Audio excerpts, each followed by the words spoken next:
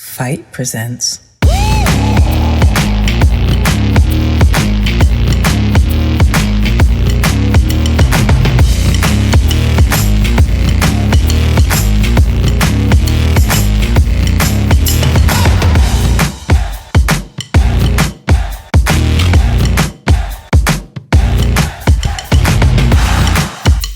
Women's Wrestling Talk, the #1 women's wrestling show on the planet. You're watching Women's Wrestling Talk, the #1 women's wrestling show on the planet. I'm TK Trinidad, aka the Canadian Assassin, and she is a host and producer of Pro Wrestling Pets, Mission Pro, and Championship Wrestling. Please welcome Emily May Heller. Hi. Hey, TK.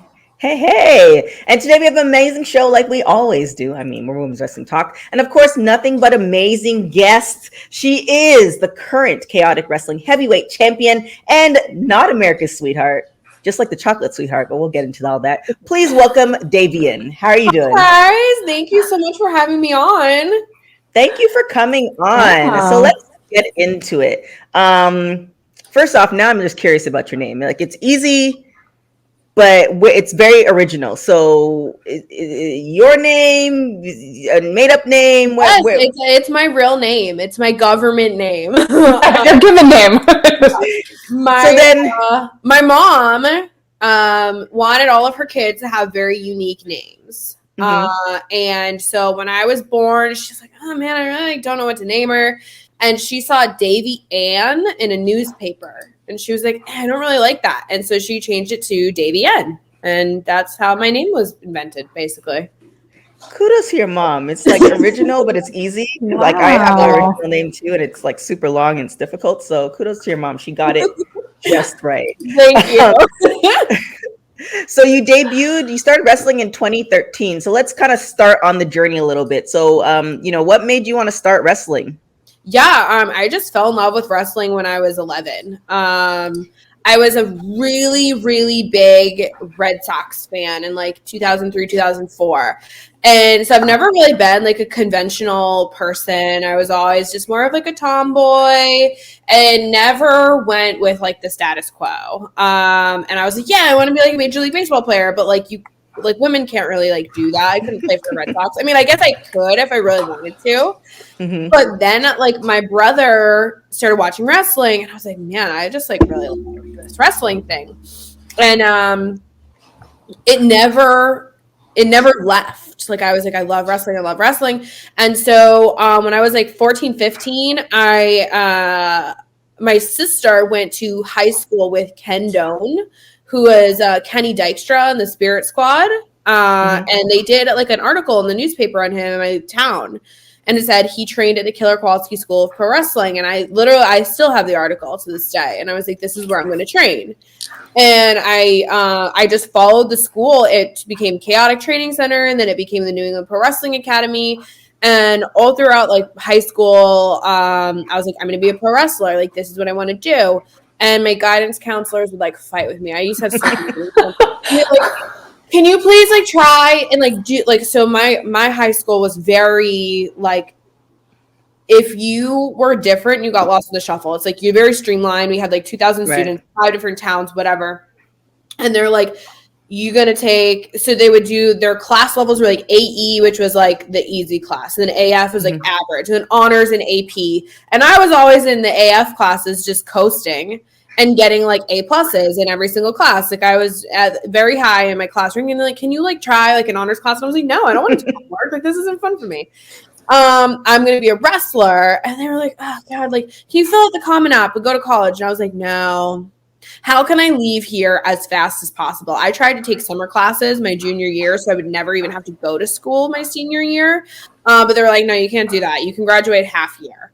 So I graduated in January instead of June, and I started working full time. I bought a car cash, saved up for the full year of tuition at NEPWA.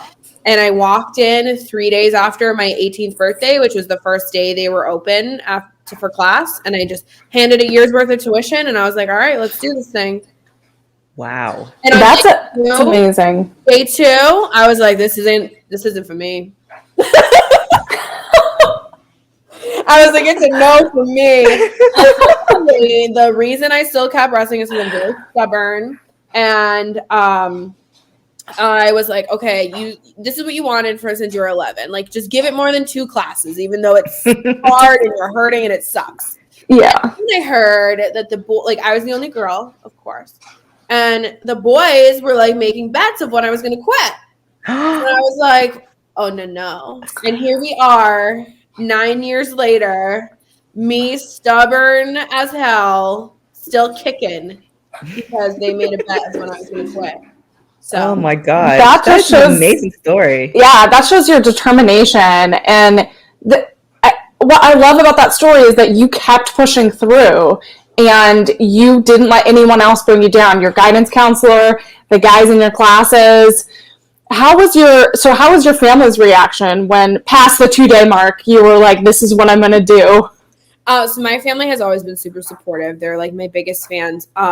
When I came home after day 2 and it looked like I had been in a car accident, my mom is like, maybe this isn't the dream. Okay. Like, can we please reevaluate?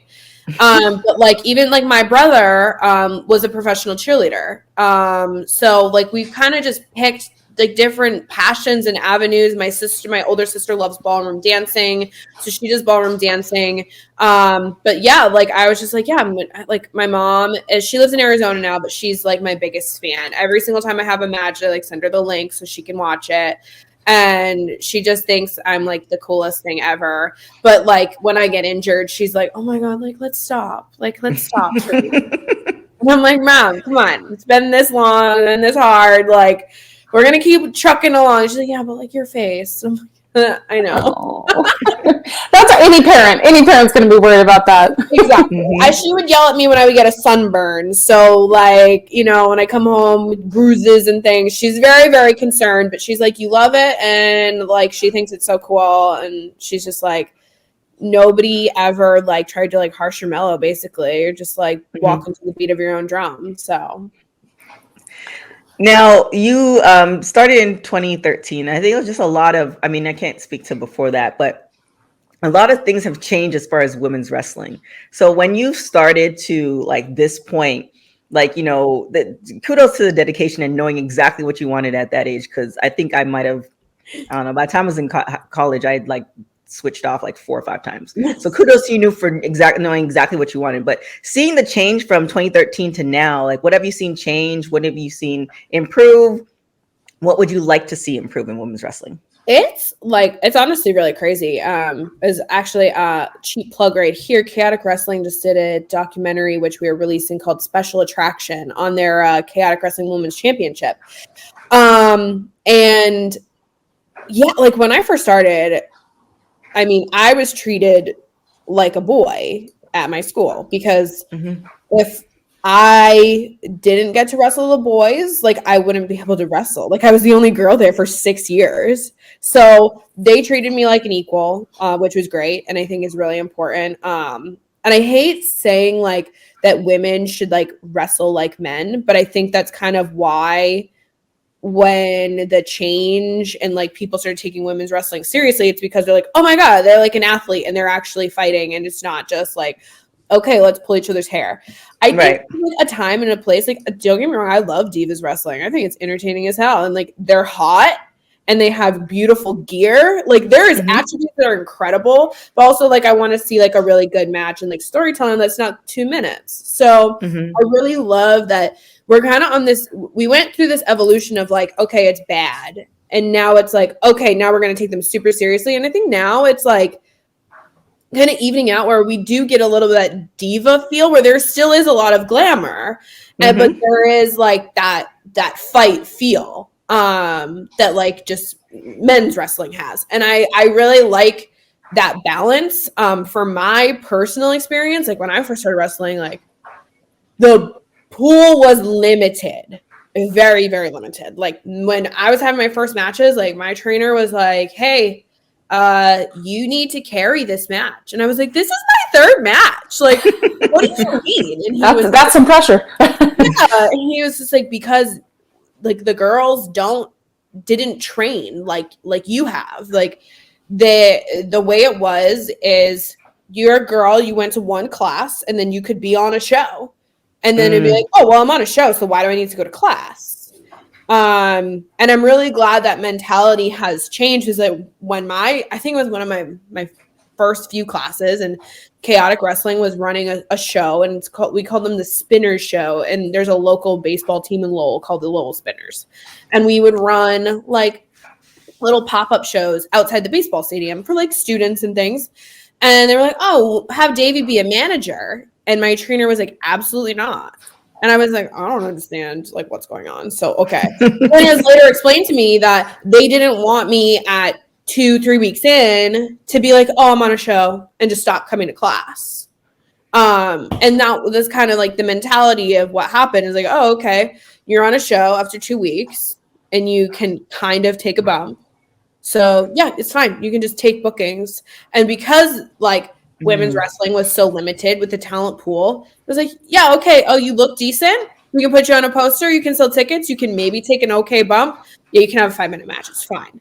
And then like the women who actually tried and were like training, like the Lufistos and like those legendary women were just like, oh my God, like it's so easy for them to just like, and I really like that is changed. Like fans expect equality, like not equality, a quality of women's wrestling now. And if it's not good, they're like, what's going on?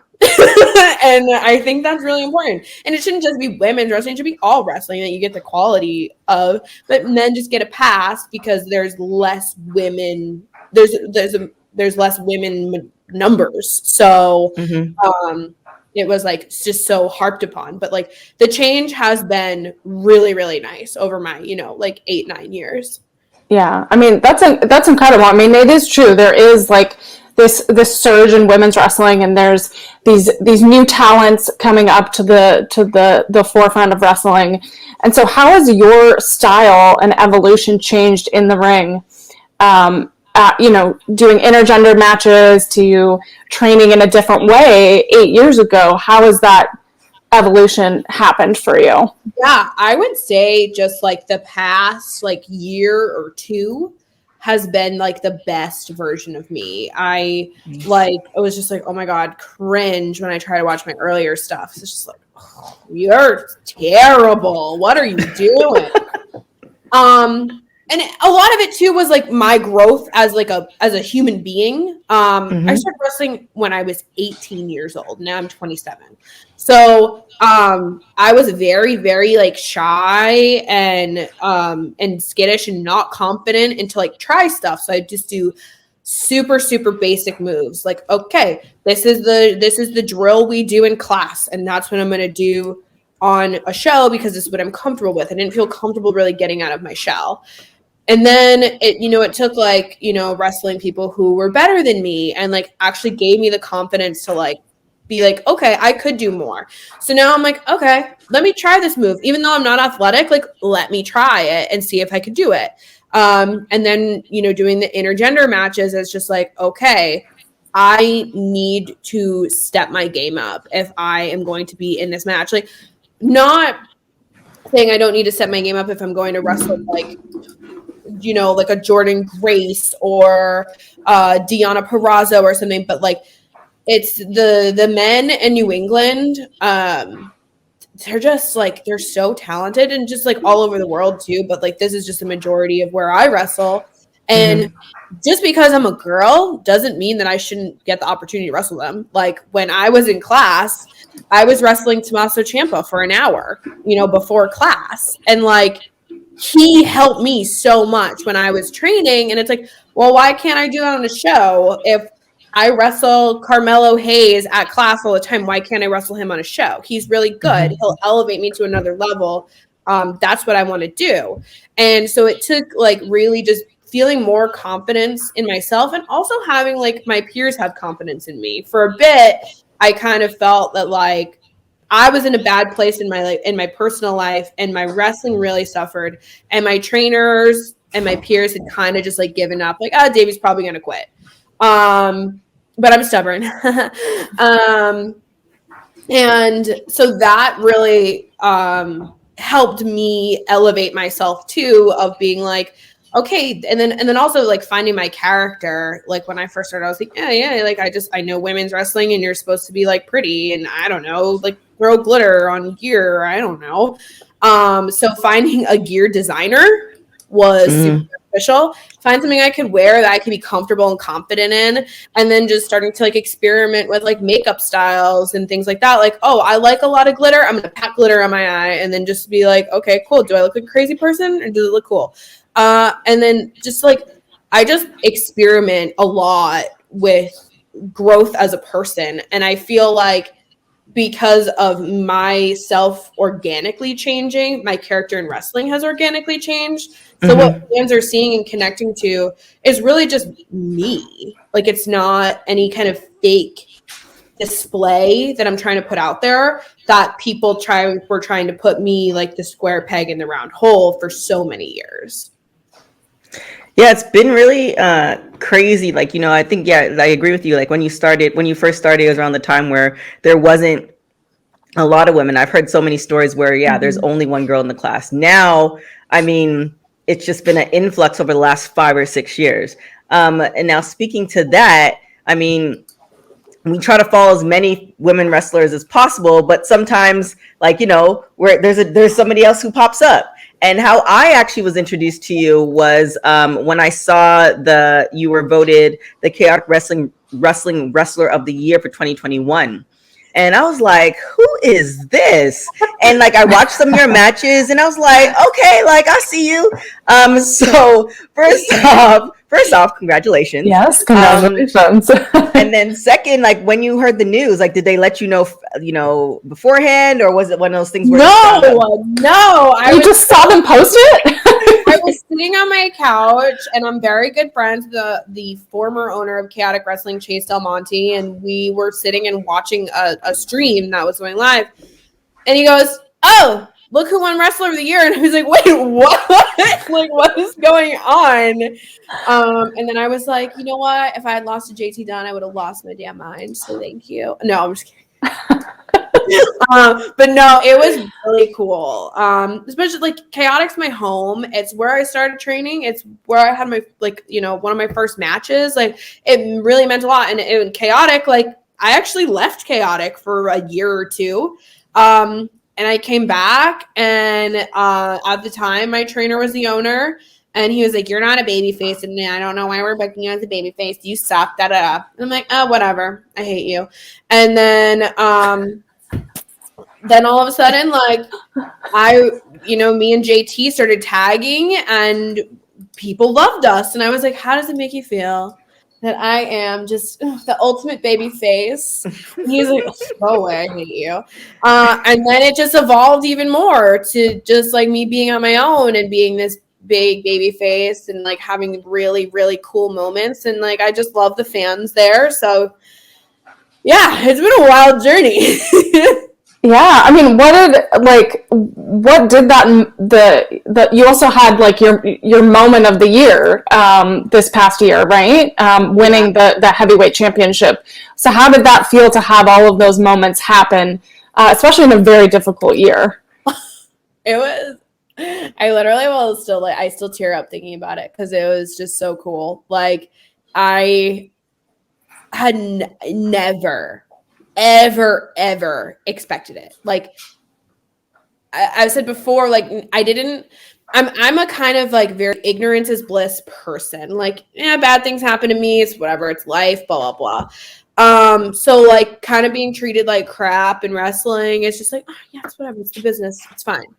Never did I expect to be like somebody that helps open doors for like the younger generation. It was never a goal. It's just kind of been like, okay, it happened. And I'm like, oh, weird. That's me. What? Like it was never intentional. I was never like, yeah, I'm setting out for, the future of New England women's wrestling, and they're going to be able to like do whatever they want, blah, blah, blah. Like, I was just kind of like, yeah, I'm here. I just want to be a wrestler when I was 11. And then when it kind of like the story kind of started to come together of JT and I breaking up as a tag team, it was my idea. I was like, I want to wrestle him. Like he's really good.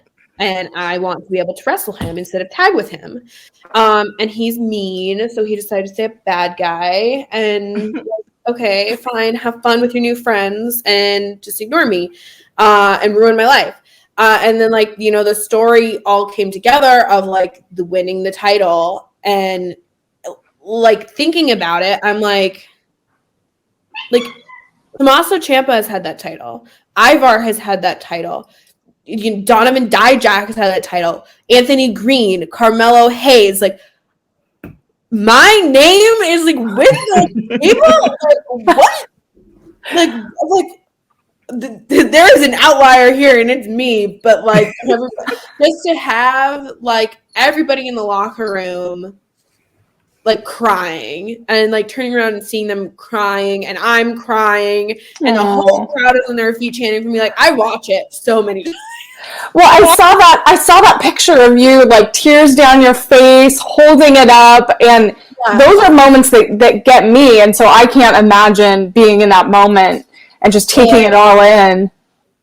It is literally still like a fever dream. Like every time I watch the footage, and even we just, you know, had the documentary, and I was able to see the first cut, and there's it was a different camera that filmed for the documentary, and just the footage was like so beautiful and edited so different and put to a different song, and I was just like sobbing, and I had just had a spray tan, and I was like, don't cry with your fresh spray tan. And then like it was just like tear marks, like I was just like, oh man, luckily I showered and my spray tan even out. But I was like, oh boy. But it's just like, it's so hard to not get emotional about it. It's something I worked so hard for and never, ever imagined happening for me. I literally never forget, even with all of my concussions. When I first started training, there's 2 students who I was friends with, and they went, yeah, like, could you see us being chaotic heavyweight champion? And I was like, yeah, sure, guys, you know, whatever. And then it was me. And neither of them, like, even, like, continued to wrestle. And I was like, oh, my God. Like, whoever would have thought? Like, I thought the women's championship was the ceiling for me. And then, like, I go on and I win the heavyweight title. It's crazy. So we're going to put a pin on the concussions because you just kind of... Oh, yeah. Just it's okay. Yeah, and you she passed that concussions. Yeah, with an S. Well, yeah, we'll put a pin on that. We'll revisit that. But you did make mention of Tommaso Ciampa, who you had like a match with and you wrestled with, and you know we see where he is now in NXT. Has he given you any advice, you know, prior to that or during, you know, his career? Yes, Tommaso. He probably doesn't even remember me. I hope he does, because he did leave a lasting impact on me. When I first started training, I was probably close to a year in. I had my first match about 8 months in, and he was recovering from injury, and I was working very close to the New England Pro Wrestling Academy. So I would get to class like 45 minutes to an hour early. And he would just roll around with me and help me. And then like the boys were like, why does Tommaso like you? He hates girls. And I was just like, I don't know. Like, because I'm here and he just like wants somebody to roll around with. I don't know. And then when I was having my first match, like he went over stuff for me to do. And then he texted me after and was like, did you guys get to do any of the stuff that we called? And I was like, no. And he was just like, screw her. Like, whatever. Like, you're better. And I was just like, okay, thank you. And then one word of advice he gave me when I went to Japan, I was 21, I went to Japan, and everybody's like, oh my God, you're going to Japan, blah, blah, blah. You look, like, it's going to be amazing, da, da, da, da, da. He pulled me aside and he said, try to not get too homesick, because I know it's going to be hard. And he was the only one to say that. And I was just like, man, like, he just gets it. Like, he's just, like, one of the best. And to see where he's at now is just so incredible. He's so talented. He's, like, still one of my favorite wrestlers to watch. So to have him help me and like Ivar help me, who Ivar still like reaches out and like, you know, comments on my posts and things like that. They're just like, they're awesome people. And now let's get back to those concussions. Oh yeah. We want to hear all about them. I mean, So- first off, how many? To be honest, I have no idea. I know. So I've had every incident or like injury I've had in wrestling has mostly been to my face. I had one time where like the foot of a banquet hall chair was thrown at my head, and I have a C-shaped scar on my face from 15 stitches, and that was definitely a little concussion. And then, just like I get like knocked loopy every once in a while. And then just on New Year's Eve, I dislocated my jaw and got a concussion. That sucked. That was probably the worst one. Like I had never like thrown up from concussions before, but this one I did. And my jaw was dislocated. The whole inside of my mouth was all blood blister. So things just like happened to my head. So I am, trying to be much more careful with my brain because it's very important. And I do I take time off, I recover well, I make sure I go to the doctor. Yeah, I was going to ask what your recovery routine is, because those are very serious. Those can have 6 month to a year side effects. Yeah. It's basically doing nothing. I stop going to the gym, or I'll do something very, very light, nothing where it's going to tax me a lot physically, until my doctor is just okay, yep, you're good. And you're feeling normal. So I take it very, very seriously, just because it's my brain. And I have to use my brain for my real life too. So not like nobody doesn't use their brain. I swear, I will make wild comments like that before I started wrestling. I just kind of say things. And it's, that's just my brain, the way it's wired. And it's not concussion syndrome. Oh my goodness. I can only imagine your mom, because you're telling me the story and I'm like, and I'm my mother, she didn't know about my New Year's Eve injury. I didn't. Oh no. Which always she's gonna know now. So she found out because my brother told her, because he saw it on Twitter or Instagram, and he was like, "Oh yeah, Davey got hurt," and so she calls me, and I'm like, "Oh," because my jaw is dislocated, and she's like, "What happened? What's going on? Why do you sound weird?" And I was just like, "I got hit in the face," and she's like, "Did you go to the doctor?" And I was like, "No, I didn't go to the doctor yet. I'm going to go tomorrow," because it was New Year's. I wasn't going to go to the hospital and sit there for 6 hours. I just wanted to sleep. I went to urgent care the Monday. They took an x-ray of my jaw. Oh, it's just dislocated. Nothing's broken. Pop back in. Oh, there you go. On your way. Bye. It was fine. No way. It was fine. It was I had a giant bruise on my chin. It was They gave you medicine, right, before they put it back in? Oh, no. No, they did it because they don't like to use painkillers. Really, so hope you took ibuprofen before here, and I was like, no. And they're like, oh, there's CVS next door. You can go get ibuprofen. Wow, that's what you're gonna have to take 9. So I was when I went to the hospital to get my scar stitched, they, this is me, just blood loss. They're like, yeah, we're a teaching hospital, so we're gonna have our student finish the sewing. And I was like, yeah, Grey's Anatomy, teaching hospital, go ahead, stitch me up. And she took so long putting in the stitches, the anesthetic wore off. Oh, and no. Oh no, this is horrible. And then the nurse comes in and she's like, oh my gosh, my son would just love you.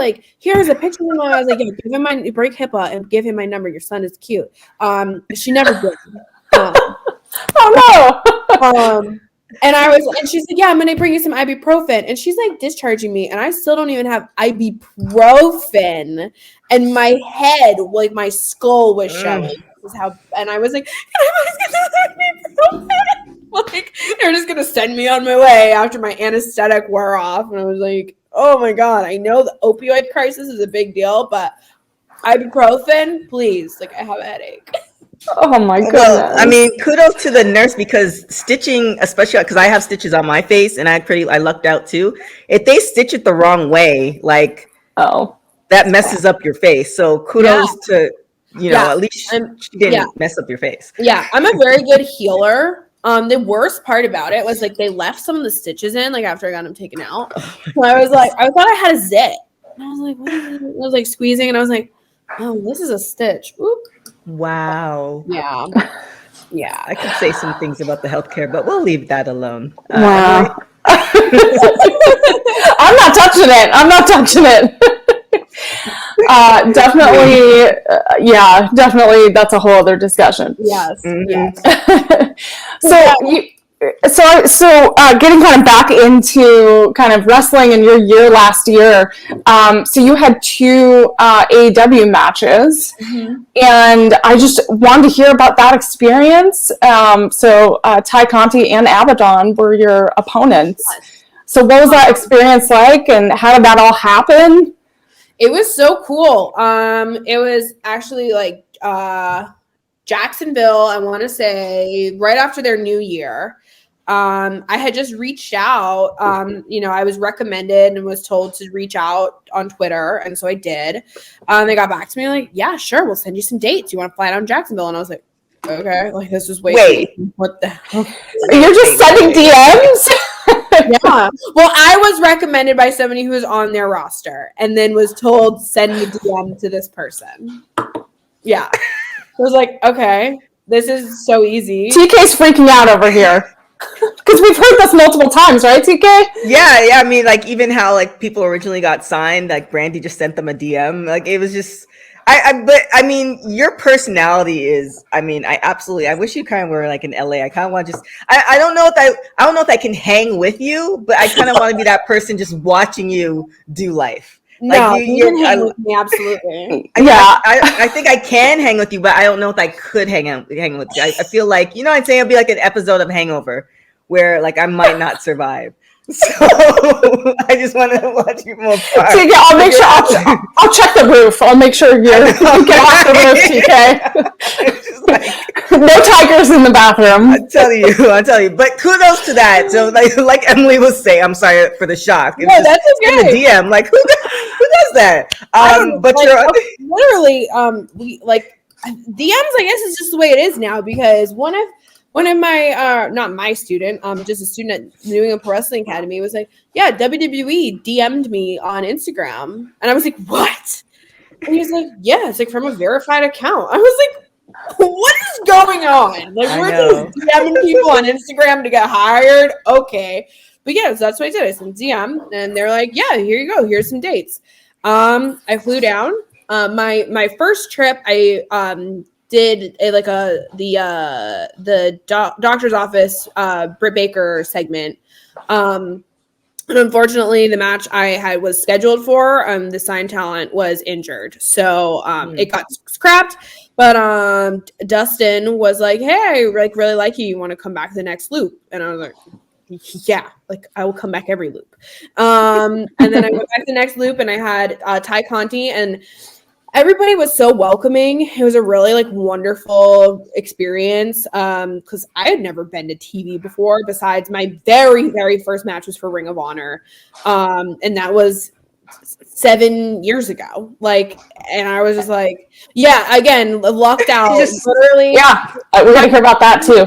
My trainer gets an email and and he texts me and he goes, hey, check your email. I just forwarded you an email. And I was like, okay, weird, but I will. And it was around April Fool's Day. And I was like, if this is a prank, this is not funny. And he goes, can you get gear ready? And I was like, I guess. I don't know what to do. I got boots thinking I would be wrestling in 6 months from now. But no, it was a week. And it was Ring of Honor television against Mischief in the Manhattan Center WrestleMania weekend.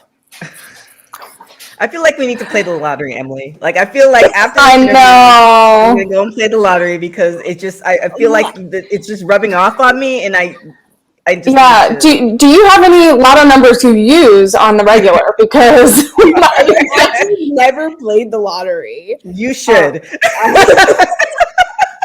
Hey guys, I won $1 million and I I just picked the ticket. She's just like putting it out there. She just puts the energy out there.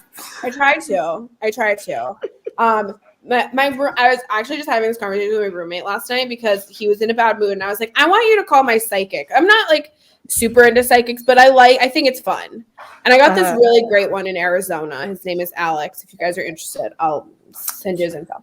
But he does like birth chart readings, and he was like, yeah, you're a Leo rising in one of your houses, and you have like major celebrity energy. That's why you're a Leo. Oh, yeah, you have quite the celebrity energy. And I was like, I do. I'm like, how many times do our friends say we need a reality TV show? And he's like, yeah, whatever.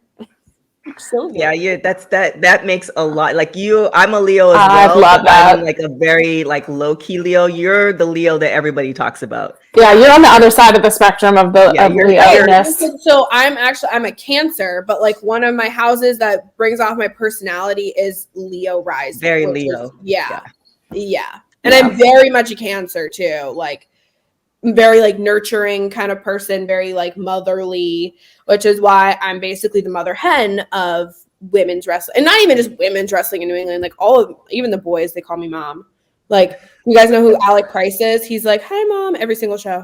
Like, it's adorable, but I'm just like, I am 27. I don't have 40 kids. Did that start right away? Like, when did that start happening? I feel like it was like the last couple years when they're just like, yeah, Davey's just like our mom. Like, I will literally like roll up in my, SUV with my 10 kids in the car to a show. And be like, okay, off you go. We're all here to wrestle. Yay. It's like, I always have like a full car and a full house. We never don't have guests at our house. Like every weekend there are people here, which I love. But it's just like, oh my God. That's so funny. Do you count them and then make sure they eat as well on the road? Oh yeah. Oh, I have to. One time I did, I left a venue to go out to dinner without one of them in the car.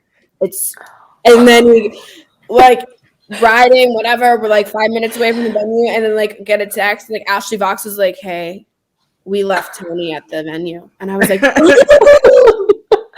he's like literally standing outside with his backpack, like a sad kid left outside of school. Oh no. Bad. Oh goodness. That's so sad. That's when I started doing the counting. We have everybody. Okay.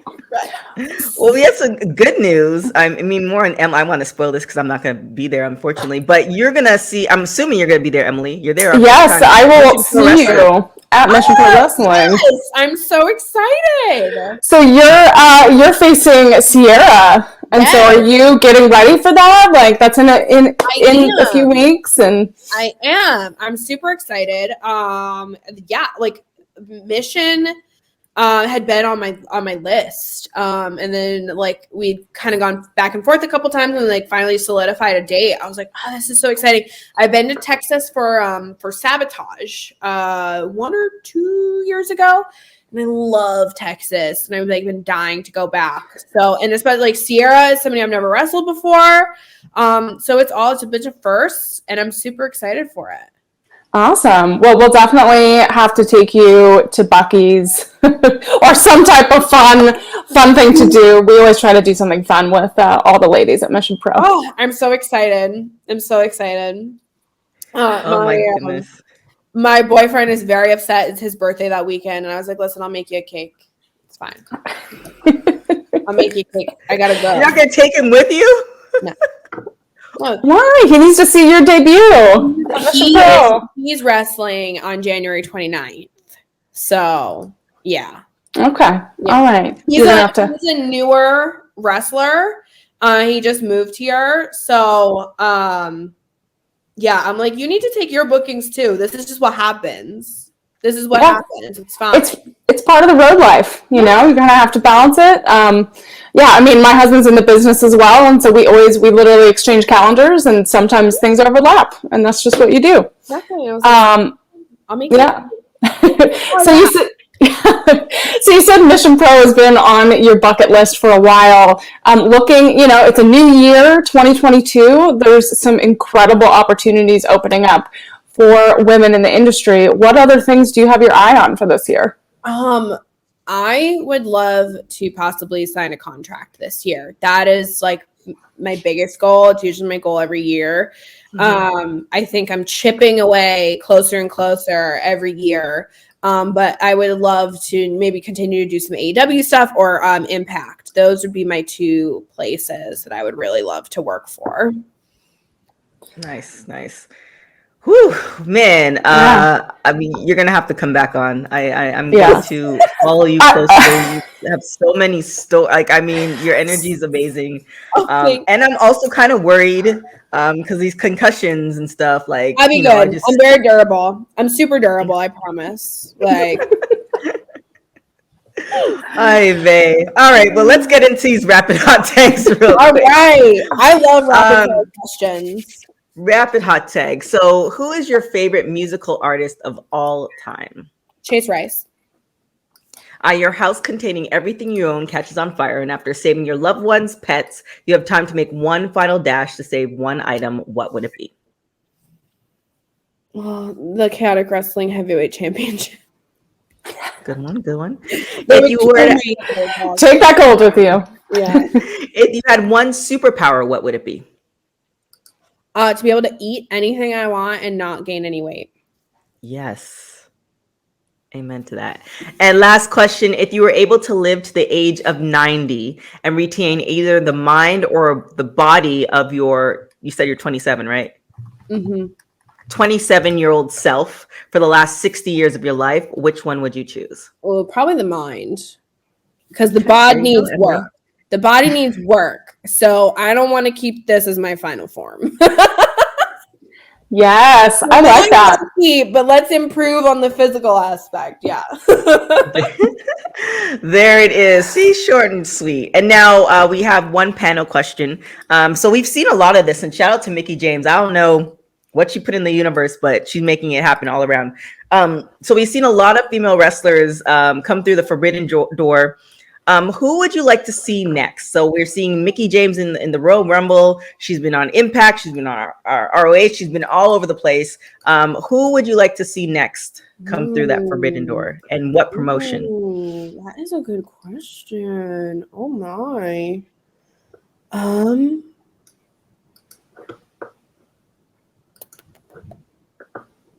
It's a hard one. I don't even know. It is a hard one. It's really hard. It's hard because at what level, at what promotion, like how are we crossing over? Like there's so many things I'm overthinking.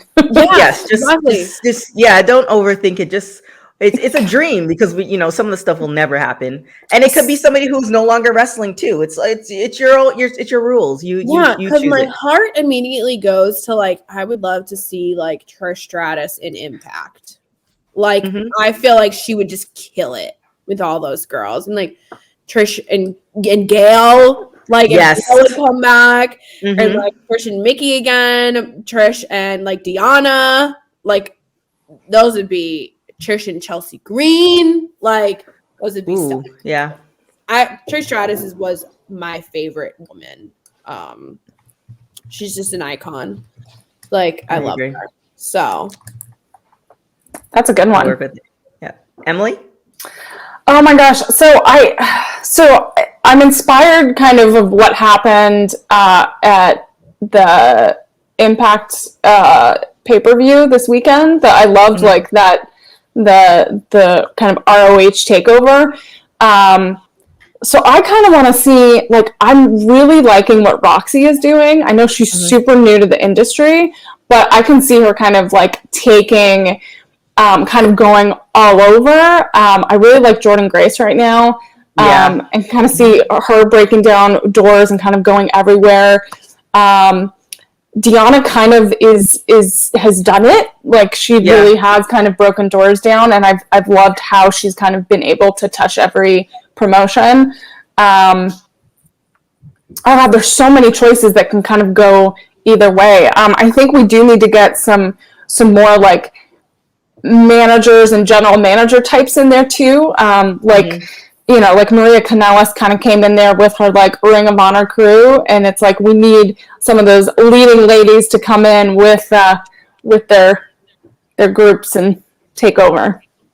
I like it. Definitely for Trish. Then of course I thought Naomi, but I don't think that's ever gonna happen. And then the next person I thought was I can't remember her real name, but her old ring name, Nia Jax. I mean, I would love to see her ROH, Impact, AEW. Like, I feel like that will be amazing. I don't know. I can't remember if she said that she's going to continue wrestling. She's been doing a lot of TikTok videos with Mojo. I don't know even how that's going, but I would love to see that. That's my final answer. Yeah, another one that I was thinking about is, it might be too soon, but like Taya Valkyrie has kind of touched every promotion as well. And I feel like with her industry knowledge and just her talent in the ring, that could kind of add some interesting elements to the promotions that are happening right now. Yeah, hopefully like ROH and NWA have their women events again. I mean, Impact always has some great women events, but seeing Taya, I mean, she started wrestling again, but just seeing her like in those women's events that she had to miss out. Well, she didn't have to, but she signed WWE at the time. That would be, I mean, who doesn't love Taya? She's amazing. But that is it. Davienne, where can people find you? They can find me on Twitter and Instagram at Davienne __. I do have a Facebook fan page too. It's Not America's Sweetheart. I like never update it because I mean, do people even use Facebook really anymore? Old folks. But yeah, Instagram and Twitter are the places I'm most active. So. Well, thank you again. We definitely look forward to like seeing you just everywhere. Like, I mean, thank you. your personality is just amazing, and definitely want to see more of it. Oh, thank you so much. I appreciate it. Thank you so much for having me, guys. This was a blast. No problem. No problem. I mean, the stories itself, geez. I know. Yeah, it's going to be an exciting year for you. I can't wait to watch. Thank you. And Miss Emily May. Meet you on the 29th. I know. I'm excited as well. You can follow me on all social platforms at Emily Mayhauer. You can go and follow Mission Pro Wrestling as well, and go check out the show on January 29th on Title Match Network. There it is. And make sure you go and check out Women's Wrestling Talk on all social media platforms, WW Talk Pod. Definitely go to our website. We have new articles there. We have shows. We have after shows. We have so much going on. It's absolutely amazing. So definitely go there, check it out, support us. And you can follow me on everything at TK Trinidad. Till next time, guys. Ciao.